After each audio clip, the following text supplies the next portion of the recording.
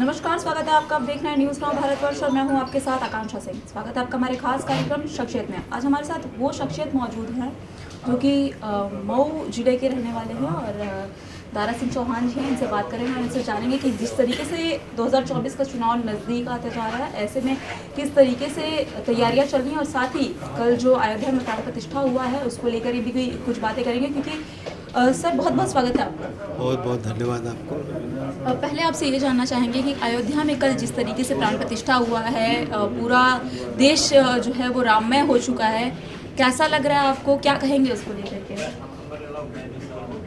निश्चित रूप से कल का जो महोत्सव था अयोध्या में क्या पूरी दुनिया में और हर घर में ऐसे लगता है कि हर घर में राम पहुंच गए हैं। और इसको लेकर के जो आम जनमानस में जो भाव पैदा हुआ, जिस तरीके से प्रधानमंत्री जी ने देश के आम जनमानस को अयोध्या से जी उन्होंने जो अपील किया है, निश्चित रूप से इसका बहुत ही व्यापक प्रभाव लोगों के दिल दिमाग पे पड़ा है।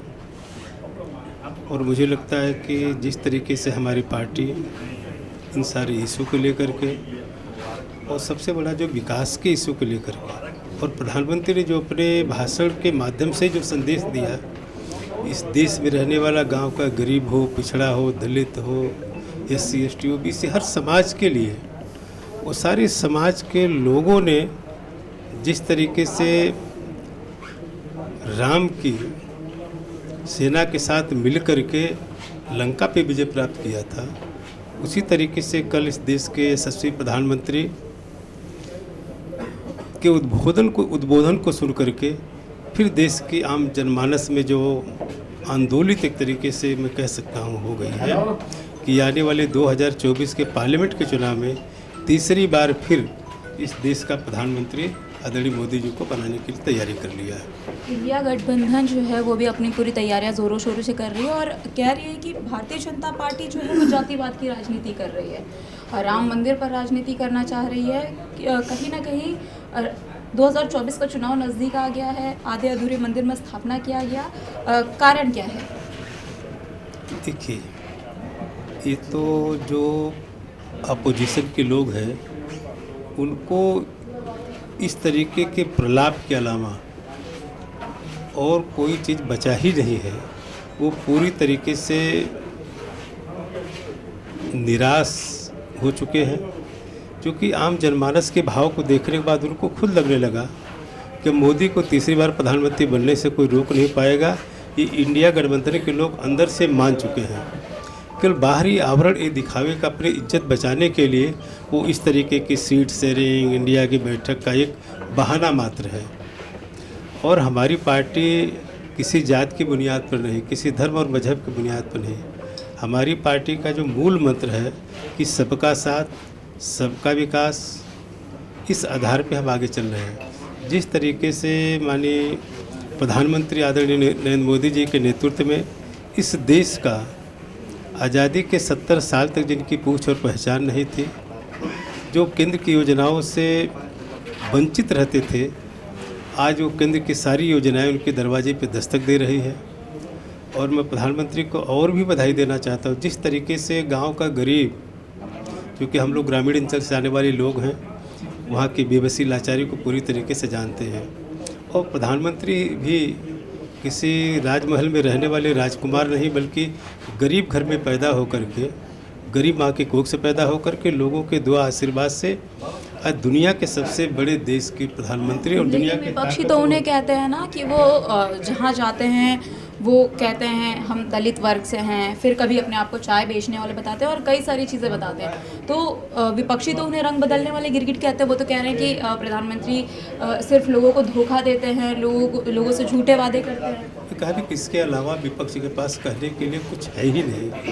ये सारे लोग जानते हैं, एक चौपाई है कि जिसके पैर न फटी बिवाई, वो क्या जाने पीर पर आई। और आदरणीय मोदी जी इस गरीब की पीड़ा को पहचानते, परेशानी को पूरी तरीके से समझ रखते हैं। और इसी नाते आपने देखा होगा ऐसे गरीब माँ परिवार के गरीब बेबस लाचार लोग, उनको गैस चूल्हा से लेकर के, जिनको बरसात के मौसम में जिन्हें रहने का ठिकाना नहीं था, ऐसे लोगों को छत भी देने का काम किया है। अकल रामलला के कार्यक्रम के बाद माननीय प्रधानमंत्री जी दिल्ली पहुंचने के बाद जो सबसे पहले ऐलान उन्होंने किया कि हम केवल अब वो आवास ही नहीं बल्कि उनके छत पर सोलर लाइट की देने की व्यवस्था करेंगे, जिससे गरीब भी कम दाम में, सस्ते में, बिना बिजली के भुगतान किए जो है सोलर लाइट से भी अपने घर को उजाला कर सकता है। ये बड़ी सोच है। अब क्योंकि देश राममय हो चुका है, राम युग आ चुका है, अब आगे क्या क्या करने वाली है भारतीय जनता पार्टी, क्योंकि 2024 का चुनाव नज़दीक आ गया है, कुछ ही दिन बचे हुए हैं, किस तरीके से तैयारियां चल रही हैं, मुद्दा क्या होगा? मोदी जी का बस एक ही सपना है, जिस तरीके से राम को लाए हैं अब राम राज को लाएंगे, और फिर उसी त्रेता युग की जो कल्पना हम लोग कभी करते थे राम युग की राम राज का, फिर राम राज आने वाला है। फिर तीसरी बार प्रधानमंत्री के बनने के बाद आप देखिएगा इस देश से फिर राम राज आएगा। तो क्या इससे लोगों की मेंटलिटी जो है, जो अपराध का ग्राफ है, गिरावट देखने मिलेगी? क्योंकि रामराज में जो चीज़ें थी, क्योंकि रावण उस समय भी था, लेकिन चीज़ें जिस तरीके से इस समय चल रही हैं या फिर चल रही थी, कुछ वो देखने को नहीं मिलता था, तो अब कुछ बदलाव दिखाई पड़ेगा? निश्चित रूप से 2024 में तीसरी बार प्रधानमंत्री बनने के बाद राम राज के आने की आहट आपको लगने लगेगा, शुरू हो जाएगा। और निश्चित रूप से जो परिकल्पना जो है देश के प्रधानमंत्री ने राम राज का किया है वो निश्चित रूप से आएगा। जिस अपराध की बात करते हैं, इस देश में कहीं भी अपराध शून्य ये देश होगा।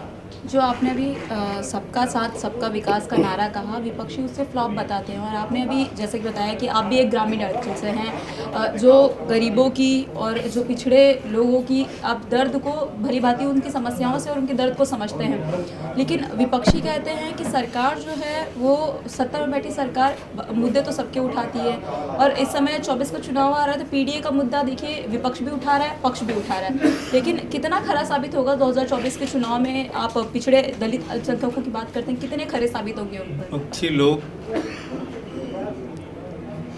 केवल कहने पे भरोसा रखते हैं, देश के प्रधानमंत्री करने में विश्वास रखते हैं। सबका साथ सबका विकास का मतलब कि हर लोगों का, ये डेमोक्रेसी में चूँकि नंबर का महत्व है, जिन लोगों से सहयोग से सत्ता बनती और बिगड़ती है उनके बेहतरी विकास के काम करती है, उनके पहचान सम्मान के लिए काम करती है।